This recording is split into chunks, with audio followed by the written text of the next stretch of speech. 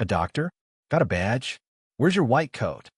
They laughed, mocked him, pulled out their phones and hit record, then locked him in a cell, while a 6-year-old girl lay dying on an operating table. But what they didn't know, that black man behind the wheel of that Cadillac Escalade was the only person in the entire state qualified to save her. And that little girl? She was the biological daughter of the very police chief who signed the arrest order. What about where you live? Does justice truly exist there? Drop your state in the comments. Welcome to Mr. 7 Stories. And if you believe stories like this deserve to be heard, hit like, subscribe, and stick around for today's story, because the real operation is just getting started. The wall clock in the security room rang out, 6:43 p.m. Just 6 minutes later, Dr. Everett Langston, 46, was already striding through the cold hallway of his basement in Clearfield, Virginia, tossing his graphite gray medical coat into the back seat of his Cadillac Escalade. No time to eat. No time to call anyone. His phone had only managed to receive one urgent call from North Shore Providence Medical. Emergency case. Little girl. Heart. Survival chance. Under 30%. You're the only option. Everett didn't need to hear more. He knew time was blood. And blood, for a heart on the brink of failure, never waits for someone running late. The early summer wind rushed through his salt and pepper hair as the SUV roared to life, speeding down McKinley Ridge, Highway 84, the winding forest road leading toward the city center. His heart began to race, not from fear, but from muscle memory. For times in his life, he had raced death itself to save lives that hadn't even had time to call out mom or dad. But this time, he was the one thrown into death's hands first. Right at a curve near an abandoned gas station, 2 patrol cars suddenly shot out from the shoulder. Red and white, rotating lights flashed wildly. Sirens split the gloomy suburban air. Everett's Escalade was forced off the road onto the gravel shoulder. He knew this routine too well. A black man, an expensive car, in a white neighborhood, an old formula, but it still worked like a Swiss watch. Stop, question, humiliate. Everett rolled the window down. The wind slapped his face, carrying the smell of burnt gasoline and damp soil. His hands rested on the steering wheel, palms already slick with sweat. Officer Trent Halvorson approached, tall frame, shaved head, hand resting on his belt like he was ready to draw. "Nice car," he said casually, like making small talk at a grocery store. "License and registration." Everett didn't react. He had learned, in moments like this, any explanation could be twisted into uncooperative attitude. He opened the document holder, handed both items out the window, eyes still fixed straight ahead. In a rush, Halvorson raised an eyebrow, voice dripping with mockery. "I'm on my way to the hospital. Emergency heart surgery. A little girl. She won't make it if I don't." "Oh, you're a doctor now?" Deputy Cole Renshaw had now approached the passenger's side, phone raised to record, a crooked grin on his face. "You hear that, Trent? We just bagged the famous Dr. Langston. Must be racing the Grim Reaper himself." Everett's grip on the wheel tightened. His throat began to close, not out of fear but rage. Every second here was a stolen heartbeat from that little girl's fragile chest. But he couldn't lose his temper. Not here. Not now. "Please," Everett's voice lowered, cutting through the mockery. "I'm not lying. A child's life is on the table right now. I'm the only on-call surgeon authorized to operate. I need to go." But all he got in return was a smug laugh. In Clearfield, Halvorson scoffed. "Everyone's got a life on the line." He then nodded toward Renshaw. "Man lies real well, huh?" Everett knew he had just crossed a fragile line. Not between life and death, but between justice and blind power. And in that moment, he realized the surgery tonight wasn't just about saving a life.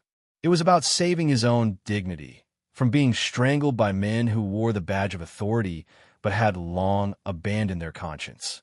He swallowed hard. His eyes flicked to the dashboard clock, 6:49 p.m. Each passing minute felt like a blade scraping against his heart. That little girl was lying on an operating table, and he was trapped between the forest trees and the contemptuous stares of 2 men wearing the insignia of law. Officer Halvorson stood at the front of the car, arms crossed, eyes locked on Everett like he was analyzing a suspect, not a surgeon. "Where are you from, Mr. Langston?" It didn't sound like a traffic stop question. It sounded like a background check. Everett replied slowly, keeping his tone steady. "Downtown District. I work at North Shore Providence." He made sure to emphasize the hospital's name, hoping it would carry enough weight to end this farce. But Deputy Renshaw's eyes lit up like he'd just heard the setup to a joke. "Sounds fancy. And here I was thinking you were a jazz musician." He smirked, pushing his phone closer to Everett's face. "Doctor driving a Cadillac? In this town? Doesn't quite add up, does it?" Everett said nothing, not because he had no words, but because he knew any response would be twisted into a pretext to escalate. Trent Halvorson stepped closer, his boots crunching on gravel like he was staking his claim. "You know why I pulled you over?" "No, officer," Everett replied, trying to keep his voice level. "Speeding." The word was delivered like a final verdict, even though Everett knew, for a fact, the SUV hadn't gone over 35 miles per hour. He had eased up the moment he noticed the flashing lights in the distance. "Speeding? I just turned out from the gas station. Not even 500 feet back," Everett said, a hint of tension finally cracking his voice. "And I used my signal. I followed the law."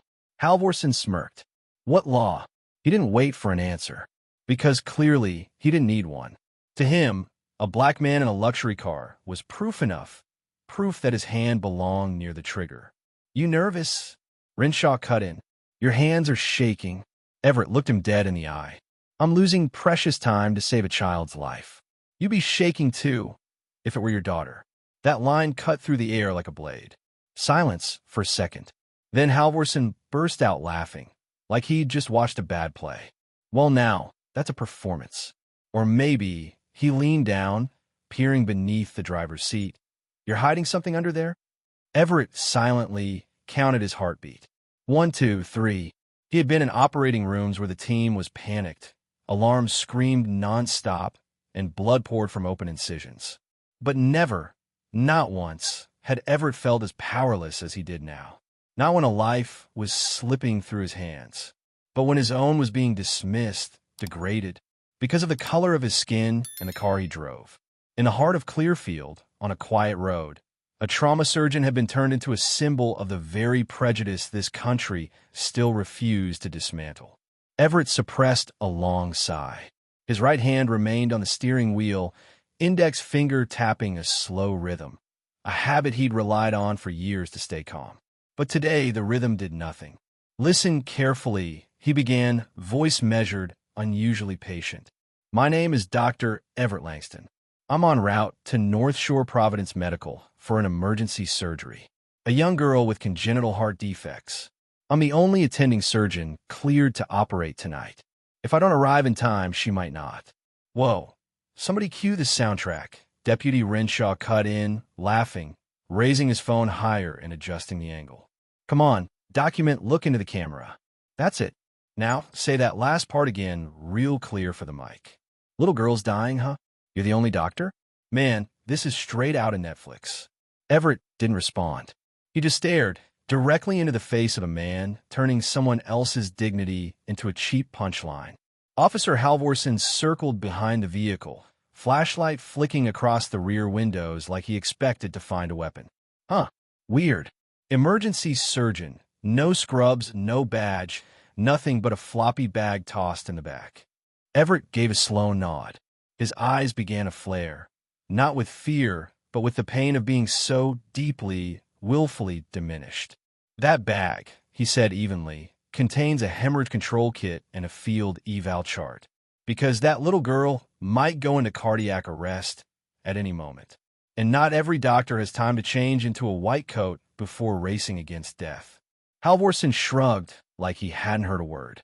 "You know, Langston," he said, voice stretching out like some amateur theater monologue, "this whole thing looks more like impersonation than an actual doctor.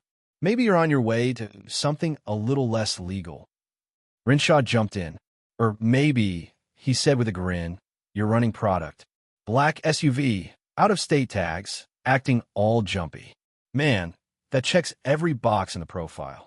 Everett could feel the heat rising under his skin.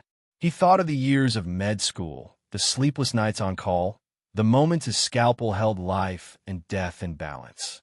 And now, a phone camera was twisting all of that into some online spectacle. "All right," Renshaw said, still recording. "Let me ask you this. What if I live stream this whole thing to Clearfield unfiltered? Might make Dr. Langston here statewide famous." Everett stared straight into the lens. His voice was sharper now, like steel drawn from its sheath. "I don't need fame. I need to leave, so I can save the life of a little girl who might just belong to someone you know." That line, those final words from Everett, made Halvorson's smirk pause for half a second. But then the sneer returned. "Well now," he drawled, "I really am curious what you're hiding under all that doctor talk." Everett took a deep breath. He understood. This surgery was no longer happening inside a hospital. It had already begun, right here, on the dirt roadside of McKinley Ridge. His eyes stayed forward, shoulders locked, as if trying to hold onto the last scraps of dignity under the crushing weight of corrupted power. But he knew words wouldn't matter here. Just like the faint, fading beep of an emergency monitor behind a young girl's neck, words were slipping into silence. A soft knock on the passenger side window jolted him. Deputy Renshaw tapped the glass like he was placing an order. "Out of the car, doctor, or we'll come get you." Everett glanced at the dash one last time. 6:52 p.m. A pediatric heart surgery. If not started within 20 minutes, Ava Pike's chance of survival would drop to almost nothing. "I haven't done anything wrong," he said, voice measured, breath even. "Exactly why you should cooperate," Halvorson cut in, then yanked the door open without warning. Everett instinctively leaned back. But before he could react, a hand clamped down on his shoulder, yanking him out of the driver's seat like rejected cargo. He stumbled onto the gravel. Renshaw kept recording. The cruiser's headlights glared into his face, cold and surgical, but this time he was the patient. Halvorson pulled out the handcuffs, pressing a palm hard against Everett's back. "Turn around. Hands on your head." "For what reason?" Everett asked, voice tight but clear. "Noncompliance. Aggressive attitude. Possible possession." As he spoke, the cuffs clicked shut, sharp, metallic. "Final."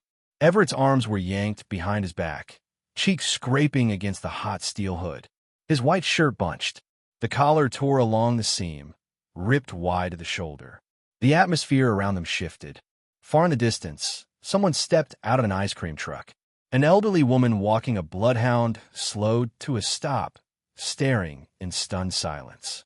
But no one moved closer, because in Clearfield, when police stop a black man, people watch. They don't intervene. Everett was shoved up against the side of the cruiser. The cuffs bit into his wrists, cold metal cutting into soft skin. But the sting was nothing compared to the deeper pain of humiliation. These hands had once saved a father of 3 on the operating table, had sewn shut the ruptured aorta of a premature baby weighing just 2.3 pounds. Now, they were locked behind him like a criminal's. Then, a sudden bang echoed behind them. Slam!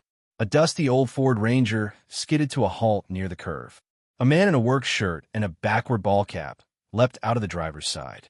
"Trent!" The shout cracked the tense silence like a whip. "What the hell are you doing?" "That's Dr. Langston." Every head turned.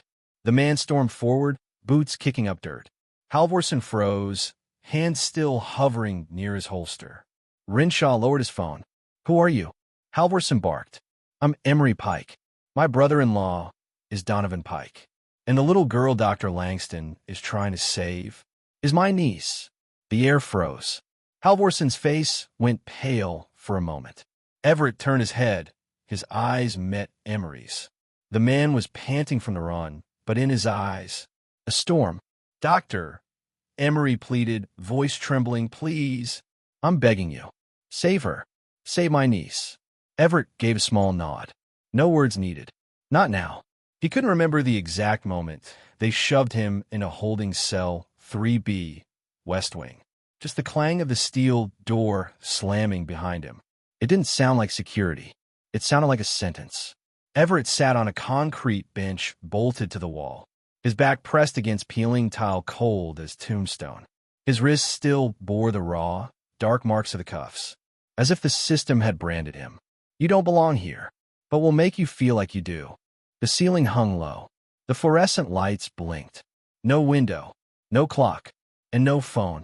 They had taken it, along with everything that mattered.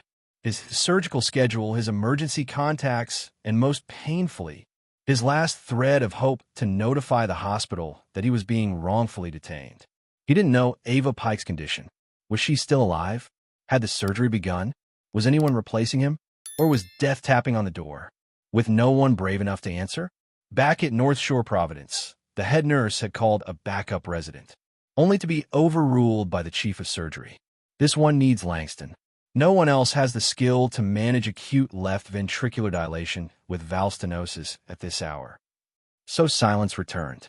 Everyone waited, just like the little girl's heart, waiting for the one man who could touch it without breaking it.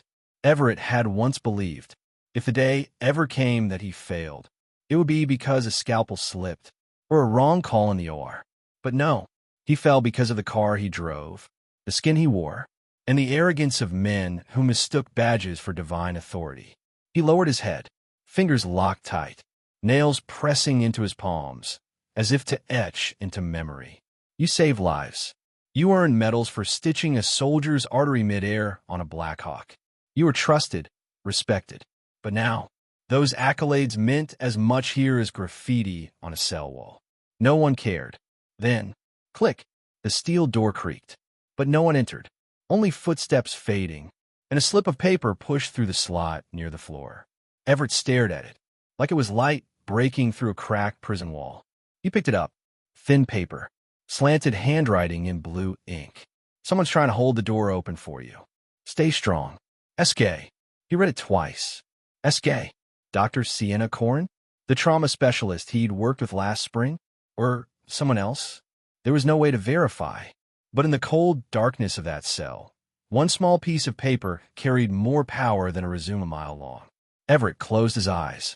His back still leaned against the wall. The sweat on his shirt had dried, ice cold now. He no longer felt angry.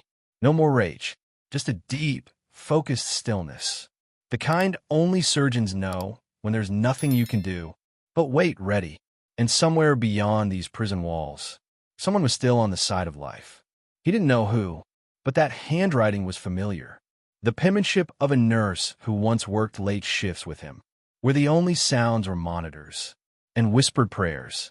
Maybe it was her. Maybe not. But one thing was certain. Someone inside this system still had a heart. He wouldn't scream. He wouldn't beg. He wouldn't give them the satisfaction of watching him break. If they had chained his body, his soul would have to hold on to its own freedom. Just as Everett looked up from a note, he heard it. A soft click at the cell door. But this time, it wasn't another scrap of hope, nor a bored deputy making rounds. It was a camera lens. The phone appeared first. Familiar. No mistake. Deputy Cole Renshaw. The screen's glow lit up Everett's face in the frame. Renshaw tilted his head, sneering. Well, Dr. Langston, he said like a sleazy late-night host. Tonight's guest in Clearfield holding cell 3B is a real brain surgeon. Caught speeding and resisting. Guess he was slicing up the wrong patient. Everett didn't move. His eyes stayed locked on Renshaw's. Not furious. Not afraid. Just still. And cold. Which only made Renshaw smirk more. This one's in a trend hard. He grinned, zooming in on Everett's face. Black doctor, caught pretending to save lives? Might throw on a black and white filter, fit the drama. Everett lowered his eyes, staring at the chipped tile floor. He didn't respond, didn't flinch, but he knew, worse than the cuffs was becoming a living meme. For men who'd long lost their humanity. You know, Renshaw kept on, voice laced with sick delight. The group chat's loving it. Just posted the clip to Clearfield raw files. Reddit's next. You'll be famous before that surgery ever starts. Everett slowly looked up. You go ahead and film, he said, but don't cut the footage when the little girl dies. That hit something. Renshaw paused. His eyes still smiled, but his lips pulled tight. Oh, pulling the heartstrings now, he scoffed. All right then, Doc. Let's see who buys it. Silence. And in that silence, ding, a notification. Renshaw glanced at his screen. Just a flicker. But Everett saw it. A shift in the deputy's face. A flicker of doubt, even if only for a second. Renshaw dropped the phone, stepped back, tapped a finger on the bars. Sleep well, Doc. Might get upgraded to the VIP suite tomorrow. Renshaw stepped out, but Everett remained still. His mind no longer boiled like before. All the rage, the despair, even the shame, had been slowly worn down by the silence of his own making. He used to believe justice came through words. But in Clearfield, the words of a black man behind a steel door were usually only heard when it was already too late. Everett drew his knees up, leaned against the cold brick wall, and tried to stay awake. The gnawing hunger from earlier was creeping back, mixing with the scent of chlorine, rust, and a silence so thick it pressed on his chest. In his mind, Ava Pike, the little girl waiting in the oar, kept flashing like a heartbeat stretched too long inside his ribs. The cell door remained shut, but then, click, a soft, quick sound. Something slid through the lower slot of the door and landed on the dusty tile. Everett leaned forward to pick it up. A tri-folded piece of paper. No name, no markings, just a few slanted lines in blue ink, rushed but clear. They're starting to suspect. There's a restriction order, but there's still a way. Emergency code 378A. Say this exact phrase to any senior official. Langston, emergency medical hearing, provision 17B. Don't ask who I am. West Corridor is waiting. Everett read it 3 times. Each word hit like a pounding heart. This wasn't random. This was from someone who knew the law, knew the system, and knew him. A restriction order. Likely verbal, blocking release regardless of rank. But provision 17B was only used for federal medical intervention. Who had that kind of access? Just then, footsteps, not the lazy shuffle of a guard. These were firm, commanding. The door swung open. Light from the hallway cut across the floor, revealing a face that had graced Clearfield headlines for over a decade. Chief Pike, 60 years old, tall, pale-skinned, eyes sharp as a hone blade. Everett stood, eyes locked on the man. Dr. Langston, Pike began, his voice raspy and low, like he just finished a pack of Marlboros. You're causing a disruption in my entire system. Everett didn't reply, just tilted his head slightly. And your daughter? He asked. Is she disrupted too? The air tightened. Chief Pike didn't move, but his knuckles curled. He was clearly swallowing something bitter. You're being held for obstructing an officer, Pike said, staring like he was reading from charge sheet. Everett pulled out the note, lifted it slowly. His voice was steady, deep. Langston, emergency medical hearing, provision 17B. Silence. Then Pike turned his head toward the guard behind him. Leave us, he said. The guard flinched, but left without a word. Once the door shut, Pike stepped closer, his stare losing some of its edge. How did you get that code? It doesn't matter, Everett replied. What matters is your daughter, Ava. She won't be alive if I sit here another 5 minutes. Pike froze, and beneath the polished uniform, the face of a father finally showed through. Everett pressed on, his tone now like it was inside the oar. Clear, precise, no room for hesitation. I know how to stabilize her left ventricle. I've done this procedure 6 times in 4 years. But if you keep me in here because of your pride, then she'll pay the price. A flicker passed through Pike's eyes. He turned, walked toward the door, then paused. You'll get 10 minutes. But if I get pulled into an investigation because of this... Everett cut him off, eyes locked and steady. Then I'll be the one writing the report that saved your daughter's life. Everett Langston remained standing in the center of the cell, still holding the folded note, his mind reeling from everything that had just happened. Chief Pike had walked away, without a promise, without a threat, leaving behind only a half-closed door, and a storm of unanswered questions. But there was no time to think. Less than a minute later, the thunder of boots echoed down the hall. And then a voice, lower, harsher, and dripping with disdain, still sitting there like a damn fool. Captain Elliot Granger, 57, bald head, broad shoulders, jaw sharp as cinder block, stepped into the cell with eyes that didn't even try to hide their contempt. Everett narrowed his gaze but didn't move. He didn't need an introduction. He'd seen Granger's name in the hospital's internal files last year, head of the South Division Patrol, and the loudest opponent of body cameras at the Clearfield PD. "Let me guess," Granger sneered. "You thought one dumb little code would scare Donovan?" Everett stayed silent. "Who do you think you are?" Granger asked, pacing the cell like a lion circling prey. A black guy fresh out of a hospital driving a Cadillac, spouting off about medical ethics? "You think we're going to bow down just 'cause you call yourself a doctor? In this town, we write the rules. We don't read him." Everett took a deep breath, rooted himself, his voice lowering but landing with precision. "I don't need you to bow. I just need you to move."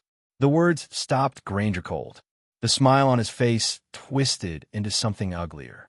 "Listen close," he said, stepping in so near. Everett could smell the stale mix of cigarettes and cheap mouthwash. "You know Hero. You're no Martin Luther King. And you sure as hell ain't no savior. You're just another black man, thinking he can walk into someone else's world without paying for it." Everett didn't blink. "And Pike's daughter?" he asked.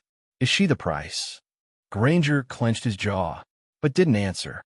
The look in his eyes shifted, no longer taunting, but something sour, unsteady, like Everett's words had knocked something loose, in a twisted logic he'd lived by for years. "You know what?" Granger finally muttered, stepping back and slapping his hands together as if dusting them off. "Even if you walk out of here, even if you make it to that hospital, this system's going to chew you up, bit by bit. No one's going to save you, not even you. 'Cause here, justice isn't the name on the badge. It's the name of the man who knows how to stay quiet." Everett gave the slightest nod. "Then today," he said, "let me be the one who breaks that silence." Chief Pike stood frozen after Everett's final words. His breathing grew heavy, as if each word had hit harder than any formal accusation. Holding cell 3B suddenly felt too small for both of them. He turned abruptly and walked out. No reply, no rebuttal, just a steel door swinging open, and staying that way. A few minutes later, Sergeant Braddock Flynn appeared at the cell, holding a folder and wearing an expression that wasn't angry, wasn't cold, just aware. "Mr. Langston," he said, sliding a stack of papers through the slot. "This is a temporary release order. Emergency override approved by the county's chief medical officer and confirmed by Chief Pike. You got 10 minutes. Everett glanced at the document, then looked up at the guard's eyes. "Is someone waiting for me?" Flynn nodded and gestured down the hallway. "Your Escalade's running, and the driver is Chief Pike himself." Everett said nothing. He slipped on the torn shirt draped over his shoulder and stepped through the doorway, like a man walking through a crack in the system. Quiet, but unbroken. The sky over Clearfield turned to ash as the black Cadillac Escalade tore through the final intersection, pulling into the gates of North Shore Providence Medical Center. The security guard blinked, stunned, watching Chief Pike himself open the back door. As Dr. Everett Langston stepped out, no cuffs, shirt collar torn, but spine straight, like a man who had never bowed to injustice. The automatic doors slid open. The scent of antiseptic hit like a starting bell. Surgery was rescheduled within 3 minutes, thanks to an anonymous nurse who had sent an urgent internal code to the trauma unit. Ava Pike was still waiting, 6 years old, already under anesthesia, all monitors hooked, but the lead surgeon had yet to arrive. Everett strode down the corridor he'd walked 1,000 times, but never like this. Never as someone who had clawed his way back from a societal death. The surgical team was ready, assistants already prepping gloves, and at 7:09 p.m., he stepped into the OR, like the world outside had never held the power to touch his hands. But in the waiting area, someone was shaking. Deputy Cole Renshaw. He sat slumped beneath a mounted TV, which now played live coverage of a mistaken detainment on Highway 84. The screen was split. On one side, Everett's SUV surrounded by flashing lights. On the other, a still image of Ava Pike, her fragile heartbeat pulsing on the monitor beside her bed. When Chief Pike stepped out of the elevator, His eyes scanned the room and locked onto Renshaw, curled in shame like a child who'd broken something sacred. "What are you still doing here?" Pike barked. Renshaw looked up, face pale as chalk. "You didn't tell me that doctor was Ava's surgeon. Because I didn't know, and because you never asked." Pike's voice landed like stone tiles hitting a marble floor. Renshaw clutched his phone, the same one he used to record those long, humiliating minutes. And now it sat in his palm, like evidence at his own trial. I thought it was just a routine stop. A black guy speeding, preaching morals. I didn't know." "Yes," Pike said, his eyes suddenly red. "You didn't expect it. But my daughter is lying beneath the hands of the man you called a fraud. And if Ava doesn't wake up, don't." Renshaw shot up, both hands raised, as if offering himself up for arrest. "I was wrong. I'm sorry. Please, let me speak to him. Let me apologize." Pike turned away. "You don't deserve to walk into the room he's in." Inside the operating room, Everett Langston had no idea that the man who once mocked him with a recording was now slumped in a waiting chair, eyes wet. But maybe he didn't need to know, because his hands were busy guiding life. Through valves, through tissue, through the tightest corners of human anatomy, like a conductor leading a symphony, through a movement of death and resurrection. And that tiny heart, the one that hadn't yet learned what prejudice meant, began to beat again, soft at first, then stronger, then steady. He looked up, met the lead nurse's eyes. Marked the time, he said softly, 7:26 p.m. The whole room exhaled in silence. Before a quiet eruption of awe, the skies over Clearfield held still. Sunlight filtered through the third-floor windows at North Shore Providence Medical Center, spilling across the long corridor, where Dr. Everett Langston stood alone, shoulder leaning against the frame. No lab coat, no name tag, just a man, face still lined from the weight of a life-or-death surgery. But his eyes, brighter than any operating room light ever cast on a table. Ava Pike was stable. She would live. That's all the nurse had to say. Everett didn't need to hear anything more. He stepped off the elevator, just as Chief Donovan Pike and Deputy Cole Renshaw stood waiting, both still in uniform, but no longer officers, just fathers, citizens, two men freshly stripped of the illusion of power they once thought was untouchable. "Dr. Langston," Pike spoke first, his voice gravel low. "There's nothing I can say except thank you." Everett gave a small nod. No words, no interruption, no need for forgiveness. Renshaw stepped forward, as if forcing himself through a wall of shame. "I was wrong. I filmed you. I humiliated you. I can't undo that. But if you need an apology, I'll say it 1,000 times." Everett looked straight into the eyes that once stared him down behind a recording phone, like a barrel of a gun. No fury, no bitterness, just the kind of silence that makes a man feel smaller in his own skin. He took one step closer. The hallway held its breath. "An apology," he said slowly, "doesn't give me back the hours I was locked up, doesn't unshackle my wrists, and it doesn't heal all those who were never heard, never believed, just because they looked like me." Renshaw bowed his head, his fists clenched. Everett lifted his gaze, sweeping past the two men, and toward the exit, where the golden light stretched across the parking lot, like a road back to freedom. "But I'm not here to reclaim dignity," he said, his voice calm, as if lecturing a room of young medical students.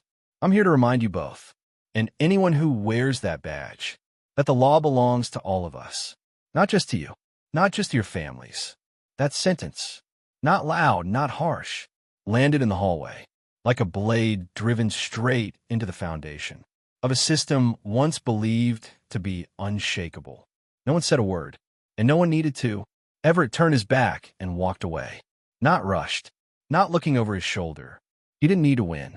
He just needed to leave this place and still be himself. Behind him, Chief Pike stood motionless. Renshaw took a step back, shoulders trembling ever so slightly. That night, on local social media, Renshaw's video leaked in reverse. This time, no laughter, no mocking soundtrack, no smug captions, just one message. shared thousands of times. Hashtag LangstonWalksFree. Hashtag justice is not selective.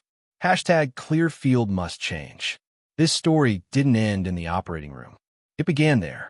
And this time, the whole system was forced to listen.